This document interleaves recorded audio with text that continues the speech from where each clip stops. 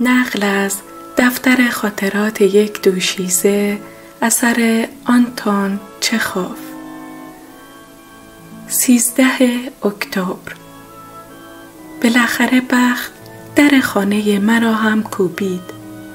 میبینم و باورم نمی شود. زیر پنجره های اتاقم جوانی بلندقد و خوش‌اندام و گندمگون و سیاه چشم قدم میزند. سبیلش محشر است. با امروز 5 روز است که از صبح کله سحر تا بوق سگ همانجا قدم میزند و از پنجره های خانه من چشم بر نمی دارد. وانمود کردم که بی‌اعتنا هستم.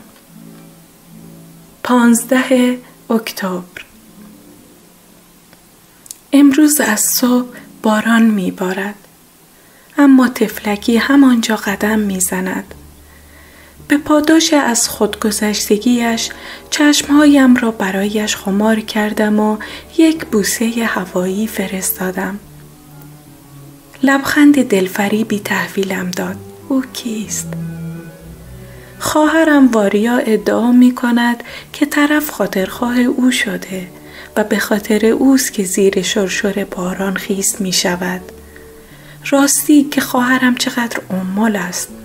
آخر کجا دیده شده که مردی گندمگون عاشق زنی گندمگون شود؟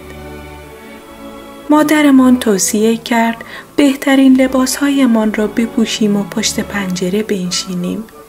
می گفت اگرچه ممکن است آدم حقه‌باز و دغلی باشد، اما کسی چه می داند؟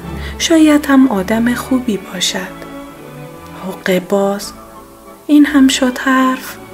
مادر جان، راستی که زن بیشعوری هستی. 16 اکتبر. واریا مدعی است که من زندگیش را سیاه کردم. انگار تقصیر من است که او مرا دوست می دارد، نه واریا را. یواشکی از راه پنجره‌ام یادداشت کوتاهی به کوچه انداختم. آه که چقدر نیرنگ باز است. با تکه گچ روی آستین کتش نوشت نه حالا.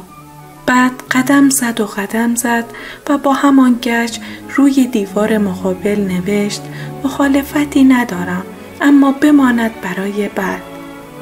و نوشته‌اش را فوری پاک کرد. نمیدانم علت چیست که قلبم به شدت می‌تپد.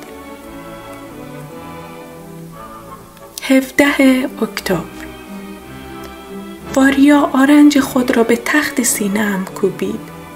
دختره پست و حسود و نفرت انگیز. امروز او مدتی با یک پاسبان حرف زد و چندین بار به سمت پنجره‌های خانه من اشاره کرد. از قرار معلوم دارد توطئه‌ای می‌چیند. لابد دارد پلیس را می‌پزد.